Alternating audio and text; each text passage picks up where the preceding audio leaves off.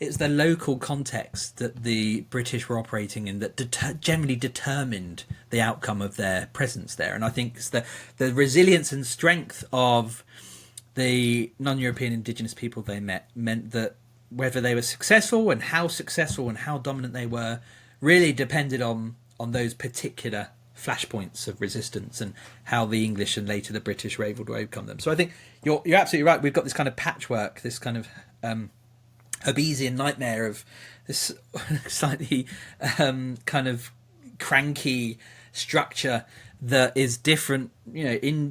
British rule in India is very different to colonies in North America, and I think that's because it's those local encounters and the different people and the different states and cultures that the English and British encounter.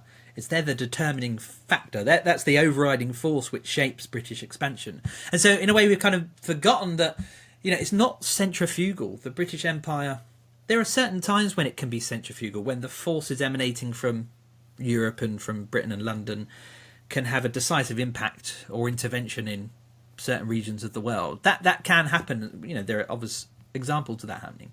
But I think generally the patterns of the development, the way the British Empire develops and expands and retreats and the shapes it takes and the local power structures are essentially determined by the people it encounters. They have an agency over the expansion of the British Empire in a way that I think we don't always accept. And that's not obviously to make the silly argument they were partners in empire. I think that suggests collaboration. And while obviously we know local elites did often, to quite a big extent, collaborate with British imperialism, colonialism, especially places in India.